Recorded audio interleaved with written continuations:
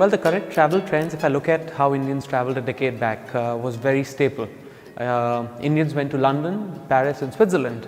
London and Paris were the two cities that they knew, and they only knew they were heading to Switzerland. I don't think they knew the capital of the country, but today I think they know Interlaken and Lucerne and the small other villages in Switzerland.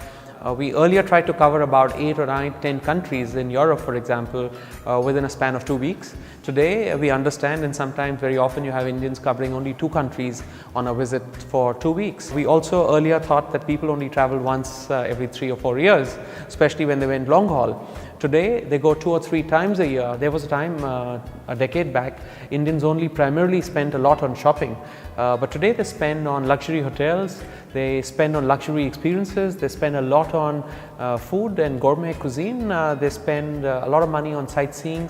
They're also doing a lot of more activities and excursions and experiences, which was not the case at one point of time. They were looking at only doing minimalistic excursions. Today I think we are very keen to experience a lot. The younger generation, which is 65% of India, is definitely wanting to get and try to do adventurous things. You have all women planning a vacation quite often, all men just going on their vacations, and fathers going with just the children, or mothers just taking the daughters or their son for a holiday. And these are all segments, I think, which did not exist. Earlier you had something called family travel, the whole family traveled together. There were no single holidays, there was no vacations that people took completely solo. And I think all these markets have an emergence, and they're there to stay. They're looking at privatizing a lot. They're looking at sometimes completely monopolizing even yachts or larger ships. Indians, of course, one never thought traditionally they'll go out for weddings, but today they do.